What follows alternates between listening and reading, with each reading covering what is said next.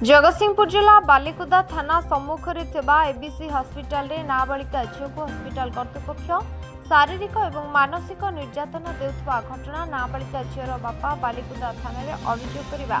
3 दिन बीती जाइथिले मध्य बालिकुदा थाना कर्तृपक्ष और जिला शिशु मंगल अधिकारी किंबा जिला श्रम अधिकारी पक्षरु कोनोसी कार्यानुष्ठान ग्रहण करान जिबा घटना दुख परितापर विषय। नाबालिका झील को शारीरिक और मानसिक निर्यातना देथिबा एबीसी हस्पिटाल कर्तृपक्ष विरोध में विहित कार्यानुष्ठान ग्रहण करने सहित विजिलेंस तदंत करने को बुद्धिजीवी जनसाधारण दाबी करिसेंती। खबर नेबारे जनापड़ी भद्रक जिलार जगन्नाथ राउतों नाबालिका झील को भुवनेश्वर नयापल्ली अंचल साई सिक्यूरीटी नामक एक संस्था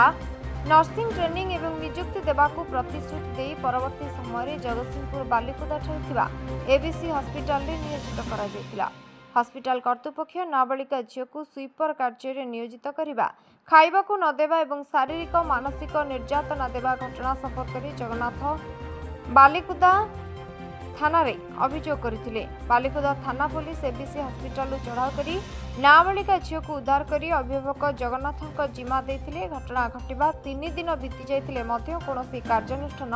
ग्रहण करा जाय नहीं। एथिने बालिकुदा पुलिस जिला शिशु सुरक्षा अधिकारी जिला श्रम अधिकारी कार्यकलाप प्रति संदेह सृष्टि होछि। नाबालिका झील प्रति मानसिक और शारीरिक निर्यातना देउथिबा हस्पिटाल कर्तृपक्ष विरोध में विजिलेंस तदंत करने को बुद्धिजीवी सचेतन नागरिक दाबी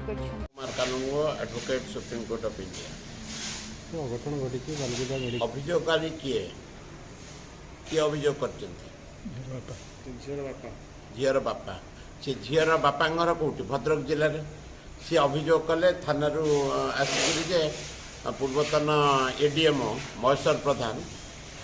से सीडीएम न एडीएम महेश्वर प्रधान मो झील को निर्यातन कर झीटी हूँ नाबालिका जहाँ आईन कानून रे प्रबंध अच्छी प्राबंधिक जिनस ता एपर्यंत कहीं फॉलो करना गोटे ये महिला शिशु विकास जो यूनिट अच्छी जगतसिंहपुर जिले में चाइल्ड हेल्पलाइन क्वाइट कैलोस सी बाटे था शिशु उद्धार कर बरम शिशु केमी मरण जंतार पड़े से ही कम रही था स्वामी स्त्री जो चाइल्ड हेल्पलाइन अच्छा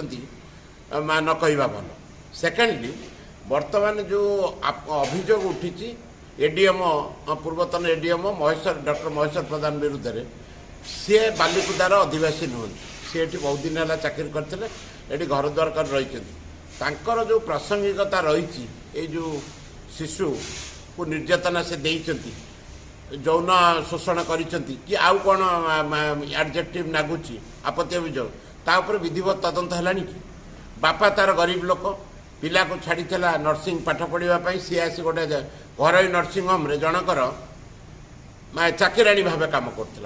कर विधिवत तदंत ही क्राइम ब्रांच तदंत जो मैंने दोषी ताकू तुरंत गिरफ्त करा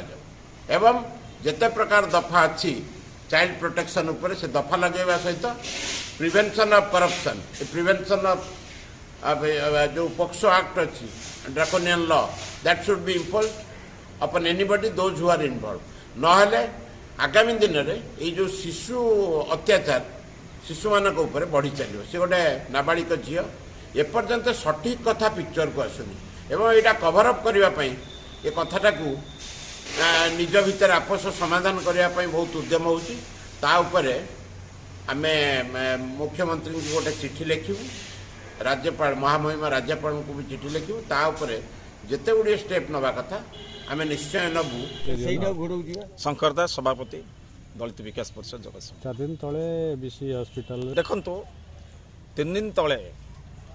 एबीसी हॉस्पिटल आम बालिकुदार जो नाबालिका को उद्धार करा दुर्भाग्यजनक कारण सेठी श्रम विभाग आईन को उल्लंघन कराला डिस्ट्रिक्ट चाइल्ड वेलफेयर डिपार्टमेंट उल्लंघन कराला सेठी जो डॉक्टर अच्छा तार मालिक जी विगत दिन में से बहुत नाबालिका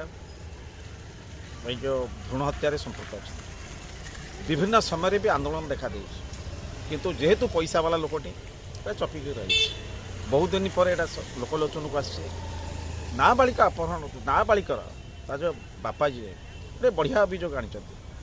मो झील को शिखे आनी नाबालिका झील को शिखे आनी कम कर खावाई दौना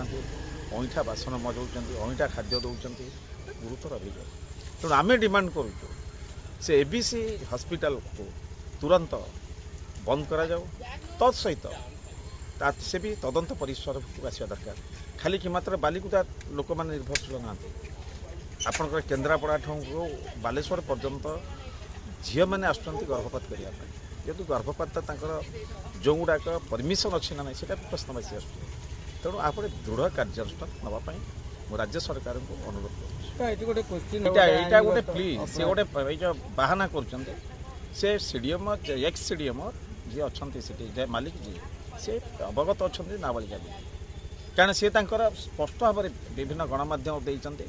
ଯେ ଆଜ୍ଞା ମୁଁ ଜାଣିନି। ସେଇଟା ଭୁଲ ତଥ୍ୟ। କାରଣ ଗୋଟେ ନାବାଳିକା ସେ ତାର ବୟସ ପଚାର ନା ମା ତୋ ବୟସ କେତେ ଆସୁଛି, ତୁ କାମ କରିବୁ ନ କରିବୁ, ସେମାନେ ସମସ୍ତଙ୍କ ଜ୍ଞାତ ସାଥ ଏଗୁଡ଼ାକ ଘଟିছে। ତେଣୁ ଏଇଟା ଗୋଟେ ଦୁର୍ଭାଗ୍ୟଜନକ ଘଟଣା। ଆଉ ଭାରତ ବର୍ଷରେ ମୁଁ ଭାବୁଛି ଗୋଟେ ଯାହାକୁ କହନ୍ତି ରିଟାୟାର୍ଡ ସିଡିଏମ୍ ଜ୍ଞାନୀ ଲୋକ କେମିତି ଅଜ୍ଞାନୀ ହେଲେ ମୋତେ ବି ଆଶ୍ଚର୍ଯ୍ୟ ଲାଗୁଛି।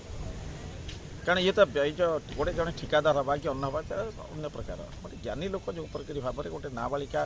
ଝିଅକୁ ଆଣିକରି ନିଜର ଏବିସି ଏଇ ଯେଉଁ ହସ୍ପିଟାଲରେ ଯେଉଁଭଳି ଭାବରେ ତାଙ୍କ ମାନସିକ ନିର୍ଯାତନା ଦେଇଛନ୍ତି, ମୁଁ ଅନୁରୋଧ କରୁଛି ମାନ୍ୟବର ମୁଖ୍ୟମନ୍ତ୍ରୀଙ୍କୁ। ଜଗତସିଂହପୁରରୁ ଜ୍ୟୋତିରଞ୍ଜନ ପରିଡ଼ାଙ୍କ ରିପୋର୍ଟ, HR ଟିଭି ଓଡ଼ିଆ।